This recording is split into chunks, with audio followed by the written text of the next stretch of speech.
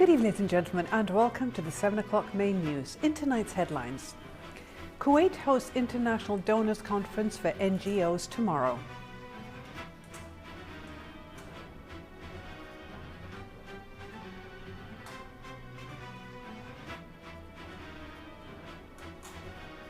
Leaders of the Arab League countries meeting in Egypt agreed to create a joint Arab military force to confront challenges to their security. Militants capture the northwestern Syrian city of Idlib for the first time.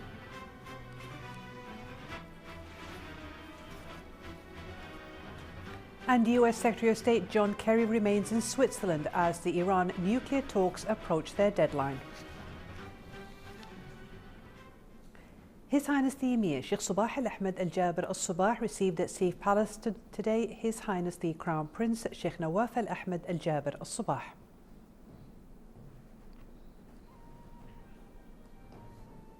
His Highness the Emir then received His Highness Sheikh Jaber Al Mbarak Al Hamad Al Sabah, the Prime Minister.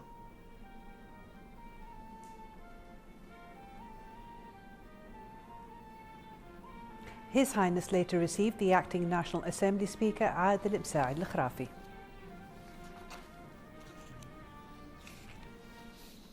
His Highness the Emir Sheikh Sabah Al Ahmed Al Jaber Al Sabah received at Saif Palace this morning His Highness Sheikh Nasser Al Mohammed Al Ahmed Al Sabah following his return from Singapore, where he represented His Highness the Emir in the funeral procession of the late Prime Minister Lee Kuan Yew.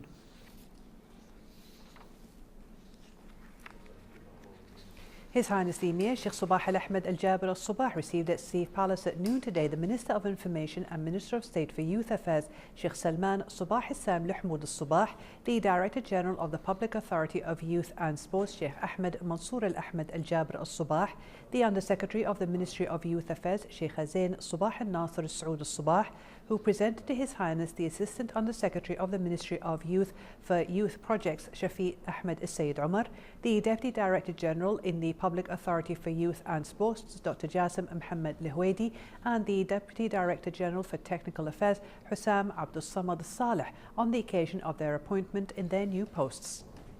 His Highness also received at Saif Palace today the Minister of Information and Minister of State for Youth Affairs Sheikh Salman Sabah Issam Luhmood Al Sabah and the Secretary General of the National Council of Culture, Arts and Letters Engineer Ali Al Yuha, where they introduced to His Highness the Under Secretary of the Ministry of Information Tariq Eid Al Mizrim, the Assistant Under Secretary at the Ministry of Information for Finance and Administration Mohammed Jassim Shimri, the Director General of Kuwait National Library at the National Council Kamil Sulaiman Abdul Jalil, and the Assistant Secretary General at the National Council for Finance and Administration Dr. Tahani Saud Al Adwani. The two meetings were attended by the Deputy Minister of Emir Diwan Affairs Sheikh Ali Jarrah Al Sabah. His Highness the Crown Prince Sheikh Nawaf Al Ahmed Al Jaber Al Sabah received at Saif Palace today His Highness Sheikh Jaber Al Mbarak Al Hamad Al Sabah, the Prime Minister.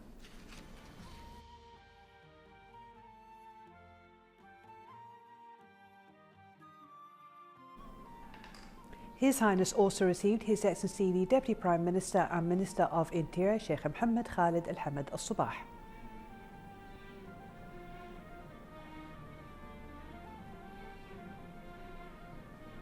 His Highness then received His Excellency the Deputy Premier and Minister of Defence Sheikh Khalid Al Jarrah Al Sabah.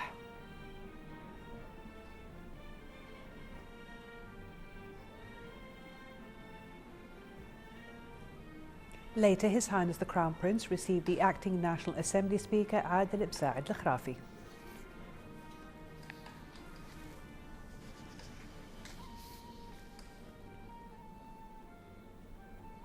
Finally, His Highness the Crown Prince Sheikh Nawaf Al Ahmed Al Jaber Al Sabah received His Excellency the Minister of State for Cabinet Affairs Sheikh Mohammed Abdul Mbarak Al Sabah.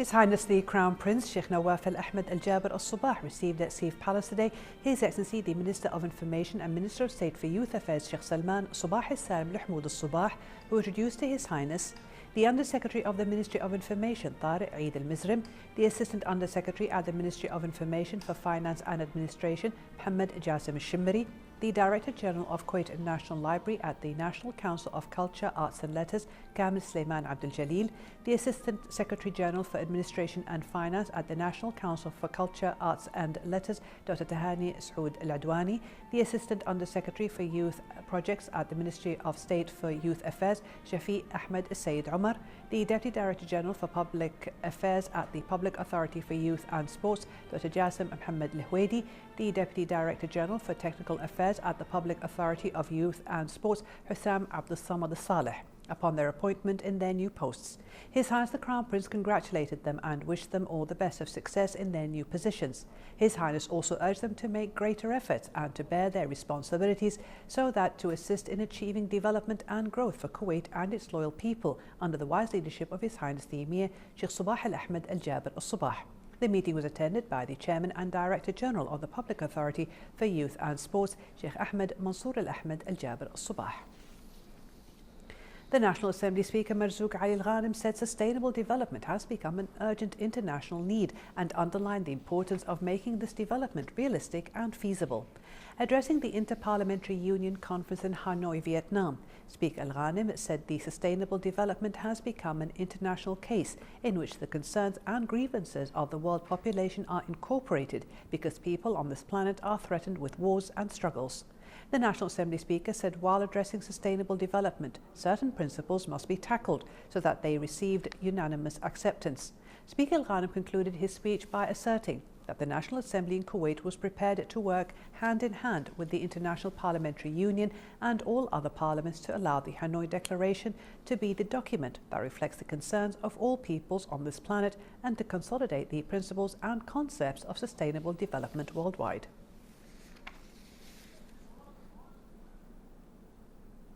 His Highness Sheikh Jaber Al-Mbarak Al-Hamad Al-Sabah, the Prime Minister, received at State Palace at noon today the Minister of Information and Minister of State for Youth Affairs, Sheikh Salman Sabah Al-Sam Lihmoud Al-Sabah, the Director General of the Public Authority for Youth and Sports, Sheikh Ahmed Mansour Al-Ahmed Al-Jaber Al-Sabah, the Under-Secretary of the Ministry of Youth Affairs, Sheikh Zain Sabah Al-Nasir Saud Al-Sabah, who presented to His Highness the Assistant Under-Secretary of the Ministry of Youth for Youth Projects, Shafi Ahmed Sayyid Umar, the Deputy Director General in the Public Authority for Youth and Sports, Dr. Jassim Mohammed Lihwedi, and the Deputy Director General for Technical Affairs, Hussam Abdul Samad Saleh, on the occasion of their appointment in their new posts.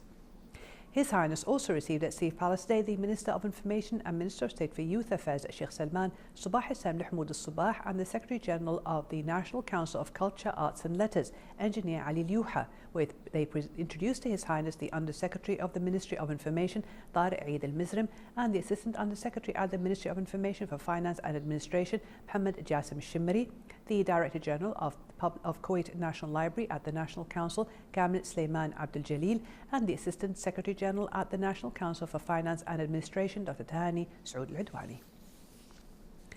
The third International Conference for Non-Governmental and Charitable Organisations for Donations to the Syrian People begins tomorrow, Monday, in Kuwait.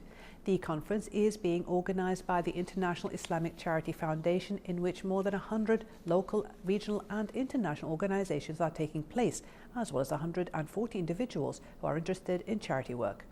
The participants will discuss in the conference, which will be hosted by the State of Kuwait, ways of activating programs and projects that will provide relief assistance to the Syrian people. The conference comes one day ahead of the third International Humanitarian Pledging for Syria Conference, which will be hosted by the State of Kuwait under the sponsorship of His Highness the Emir, Sheikh Sabah Al-Ahmed Al-Jaber Al-Sabah, in collaboration with the United Nations. The 26th Arab Summit ended in Sharm el-Sheikh, Egypt today with a joint communique read out at the closing session by Arab League Secretary General Nabil Al-Arabi. The communique expressed full support to Operation Resolve Storm, which was launched against the Houthi rebels in Yemen. The communique also called on the Houthis to withdraw from Sana'a and surrender their arms to the legal authority. It also asserted that this military operation will continue until its goals are fulfilled. The final communique also called for the creation of a joint Arab military force in which the Arab League members will voluntarily participate. The force will be utilised to confront the threats to the security and integrity of any Arab League member upon their request. Iraqi military operations continue today to try to retake the city of Tikrit from the so-called Islamic State militant group as the final push in the battle to drive the IS group from the city was going ahead. Walid Atai has this report.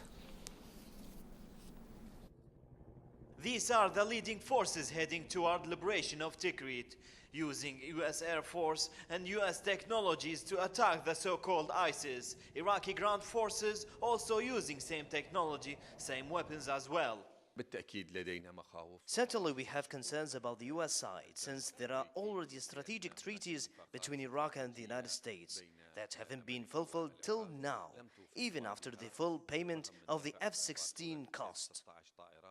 Decade, the Iraqi army in its peak force and training was all a matter of Russian technique, which was a matter of an appeal by the US when conducted extensive negotiations about which weapons should be provided for the Iraqi side, especially the type that terrorists won't professionalize, avoiding any chance to have government military techniques passed over to insurgents. There are more than one battlefield and have already exceeded 20 fields against the so-called ISIS, following the same way that these terrorists have applied in their strategy.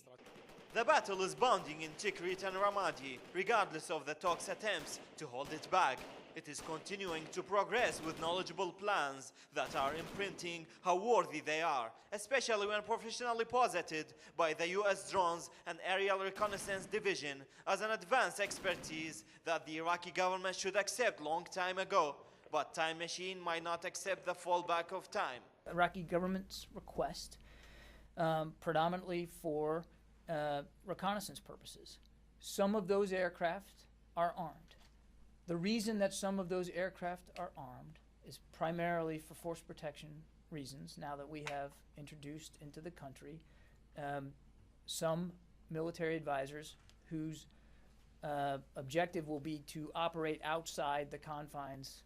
Previously, the Iraqi government have rejected most of the US weapon contracts, reasoning the most effective cause to the military budget shortage, but now US military is extensively providing protection to the soldiers and good battle coverage in Tikrit and Ramadi. The question still rises whether it is the reconnaissance effort or the planning in the battle or combination of both that would determine the victory of the Iraqi army in Ramadi, Fallujah and Tikrit. But time would answer that question. Walid Al-Tai, Kuwait TV, Baghdad. Fighters led by Al-Qaeda's branch in Syria seized almost full control of the northwestern city of Idlib yesterday. Idlib is the second provincial capital to fall into opposition hands after Raqqa, now a stronghold of the so-called Islamic State group. Opposition fighters, including Nusra Front, have controlled the countryside and towns across Idlib province since 2012, but Bashar al-Assad's forces have managed to maintain their grip on Idlib, which is near the border with Turkey, throughout the conflict. US Secretary of State John Kerry has cancelled a planned return to the US to try to stay in Switzerland as the Iran nuclear talks approach their deadline.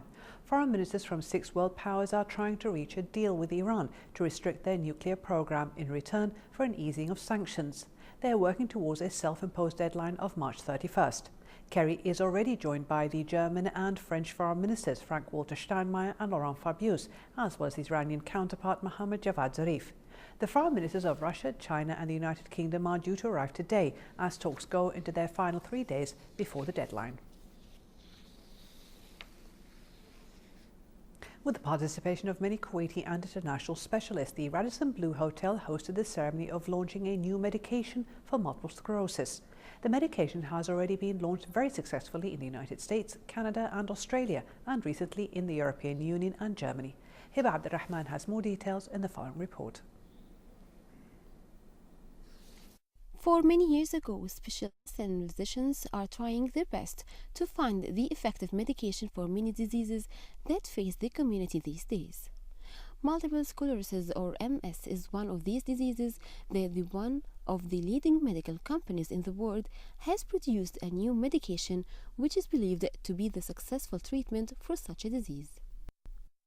MS is one of the chronic neurological disorder that is predominantly affect young population aged 20 to 40.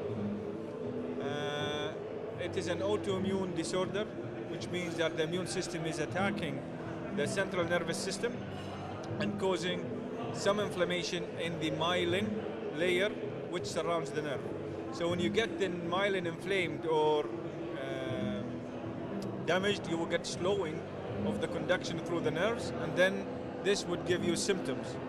So symptoms such as numbness, tingling, visual loss, imbalance, weakness, and other symptoms like bowel or bladder symptoms. Today we are launching a new medication. This is it's called Tecfidera. It's one of the oral treatment. There are 3 oral treatment in the world.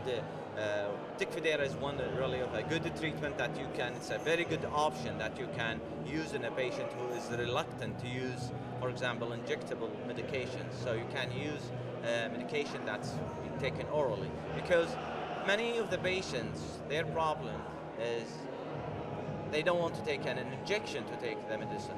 So it's a very good solution that to have an oral treatment that you take it just through the mouth as a tablet, and it has the same effect, if not better sometimes, in the patient with multiple sclerosis. Kuwait is the first country in the region and the Middle East to launch this medication, though it proved huge success in the USA, Canada, Australia, Germany, in addition to the European Union. The launch of this new medication represents a new glimmer of hope for the patients of such a disease in Kuwait and the Middle East. It also asserts the fact that Kuwait is one of the leading countries in this field in the region, especially when it comes to people's health. From Radisson Blue Hotel, I am Heba Abdurrahman reporting for English News. The Kuwait Stock Exchange ended today's trading session in the green zone, with the weighted index gaining 9.31 points, the price index gaining 100.30 points, and the Kuwait 15 index gaining 27.44 points. Number of trades amounted to 4,540 transactions worth 15 million Kuwaiti dinars, with 186 million shares changing hands.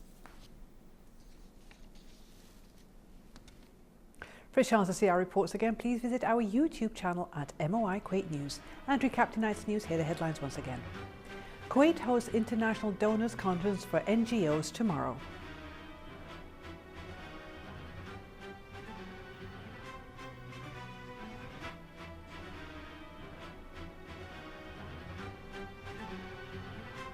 Leaders of the Arab League countries meeting in Egypt agreed to create a joint Arab military force to confront challenges to their security.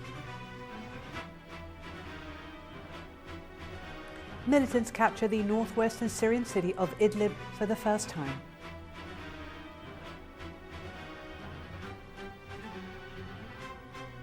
And US Secretary of State John Kerry remains in Switzerland as the Iran nuclear talks approach their deadline. Thank you for joining us.